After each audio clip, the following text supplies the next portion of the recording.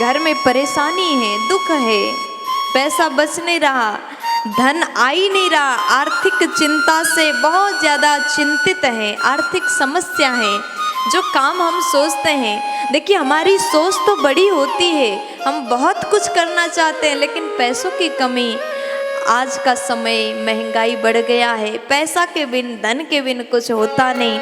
कुछ भी हम सोचते हैं, कुछ भी लेना हो, खरीदना हो, कुछ भी बड़ा सा कुछ काम करना हो, तो सबसे पहली बात आती पैसा की। पैसों के बिन कुछ नहीं होता। तो आर्थिक चिंता से मुक्त होने के लिए ये कुछ काम करना पड़ेगा। आप चाहते हैं आर्थिक चिंता नहीं सताए, आर्थिक चिंता से अगर मुक्ति पाना चाहते हैं तो ये कुछ काम आपको भी करना होगा। थोड़ा भाव से सुनिएगा। देखिए, अगर आप चाहते हैं आर्थिक समस्या हमें ना सताए, तो आप नियम बना लीजिए। जब भी आप दुकान जाते हैं, जब भी आप किसी काम से बाहर जाते हैं, जब भी आप कहीं बाहर जाते हैं और बाहर से आप घर में आते हैं ना, घर को अगर वैभवता से भरना हो, घर को अगर लक्ष्मी से भरना हो, घर को अगर संपन्न बनाना हो, जब भी बाहर जाएं तो जब वापस आए खाली हाथ कभी ना आए। किसी का आदत होता है ना, घर से बाहर जाते हैं, अपना काम करके आते हैं तो रोज रोज खाली आ जाते हैं। देखो, घर से आओ, बाहर से आओ, घर में आओ तो बाजार से कुछ भी खरीद के लाओ, घर में लाने की कोशिश करो। दूध खरीद के लाओ, घी खरीद के लाओ, दही खरीद के लाओ, बाजार से अन्न खरीद के लाओ, आटा खरीद लाओ, चावल खरीद लाओ। देखो, ऐसे अन्न अगर खरीद के लाते तो संपन्नता हम अपने घर में लाते हैं। और कुछ ज़रूरत नहीं है, घर में सब कुछ है। जैसे किराने की सामान हो, आप बाहर गए, आपको याद आया कुछ लेना है लेकिन पैसा नहीं है, हाथ में पैसा नहीं है, खाली हाथ जा नहीं सकते, तो क्या करें?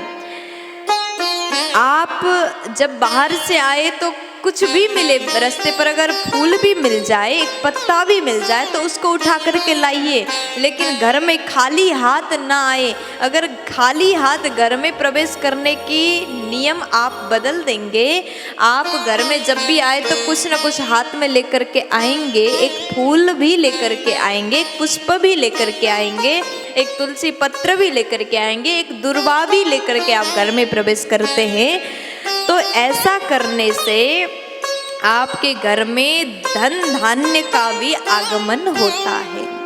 खाली हाथ कभी प्रवेश ना करें। और उसके बाद में दूसरी बात ध्यान से सुनिएगा। आर्थिक चिंता से पीड़ित व्यक्ति ध्यान दें, घर में कभी भी नमक, जो रसोई घर में, घर के रसोई घर मंदिर समान माना गया। आपके रसोई घर में नमक खुला पड़ा है, नमक इधर उधर फैला पड़ा है, खुले जगह में आपने नमक रखा है, तो ऐसा करने से धन की हानि बताया गया। इसलिए नमक को हमेशा डिब्बे के अंदर ही रखो, नमक को कभी खुले जगह में ना छोड़ो, नमक को डिब्बे में रखो। बाहर खोल के छोड़ देना वो धन की हानि है। बात तो छोटी है, लेकिन अगर इस छोटी छोटी बात को भी अगर हम ध्यान देते हैं तो घर की जो गृह लक्ष्मी होती, माताएं जो होती, घर को चाहे तो संपन्नता से भर दे, धन धान्य से भर दे। छोटी छोटी बात बहुत विशाल रूप में बदल सकता है। ये बात का आप ध्यान दें। नमक कभी खुले जगह में, खुले जगह ऐसे ही ना रखें। और तीसरा नियम आप बना लीजिए, कोशिश कर लीजिए, नियमित रूप से आप, बहुत बड़ी बात बोलने जा रही हूँ, गौ माता को रोटी खिलाना।